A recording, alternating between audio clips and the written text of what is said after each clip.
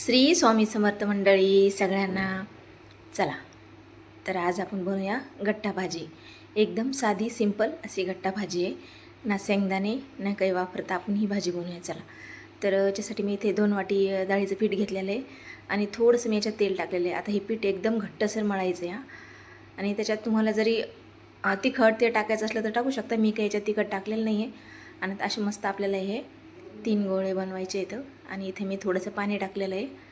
आता पाणी जे आहे ना तर आपल्याला थोडंसं जास्त थोडं कोमट करायचं, म्हणजे जास्त उकळी नाही येऊन द्यायची त्याला. आणि त्याच्यामध्ये हे सोडून द्यायचे. आता त्याच्यात मी थोडंसं तेल टाकलेलं आहे. त्याच्यात कमी मीठ ते टाकलेलं नसतं, तेल टाकलेलं आहे थोडंसं. बघू शकता पाणी असं थोडंसं जास्त हे झालं कोमट नाही जास्त कडक नाही, असं झालं का मध्ये असे बुरबुडे यायला लागले का तर आपल्याला त्याच्यात ते सोडून द्यायचे. आता त्याच्यासाठी मला फोडणीसाठी थोडासा मसाला, तर धने घेतलेले आहेत मी, अख्खे धने घेतलेले आहेत, मिरे लसूण आणि जिरे बस एवढंच घेतलेलं आहे. आणि याला एकदम आबडधोबड कुटायचं आहे. बघू शकता मी दाखवलं त्याप्रमाणे. आणि हे कसे आता उकडले कसे ओळखायचे ते, याला कसे फोडं आल्यासारखे होते तर मस्त उकडलेत ते.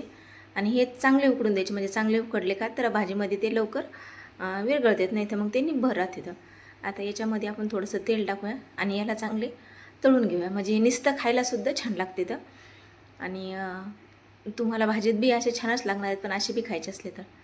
आता त्याच्यानंतर मी इथे 2 ते 3 चमचे दही घेतलेले आहे आणि 1 चमचे मी डाळीचं पीठ घेतलेलं आहे. आता जे आपण ते गट्टे उकडले होते का त्याचंच पाणी मी काढलेलं होतं 1 वाटी, तेच पाणी मी याच्यात घालते. आणि आता पुन्हा थोडंसं तेल टाकून आपण जिरे मोहरी, आता याला काय मसाला लागत नाही दुसरा, आपलं साधंच आहे एकदम, पण खायला एक नंबर भाजी ही. आता ही भाजी काय नवीन नाही काही नाही, जुनीच भाजी ही, पण मी बऱ्याच वेळेस बनवलेली आहे. म्हटलं चला आता आपण एक दाखवून घेऊया.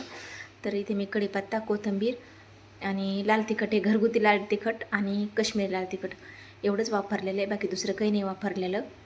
आणि आपल्याला शेवट याच्यात कस्तुरी मेथी टाकायची. आता जे हे मी सगळं दही डाळीचं पीठ ते सगळं त्यात कालून घेतलेलं आहे. आणि त्याला उकळी आली की हे गट्टे त्याच्यात टाकून द्यायचे. आता बघू शकता किती मस्त झालेली ही भाजी. आता याला 10 मिनटं छान शिजून द्यायचं आहे. मस्त कमी गॅसवर, सुरुवातीला फुल ठेवायचा नंतर कमी ठेवायचा. आणि मस्त शिजून दिलं का छान शिजते, म्हणजे भाजीमध्ये छान आरक उतरतो आणि खायला ही भाजी खूप छान लागते. आता शेवट आपण याच्यात कस्तुरी मेथी टाकलेली आहे आणि मीठ टाकलेलं शेवट. आता बघू शकता ही भाजी आपली तयार आहे. बघू शकता किती छान झाली आहे.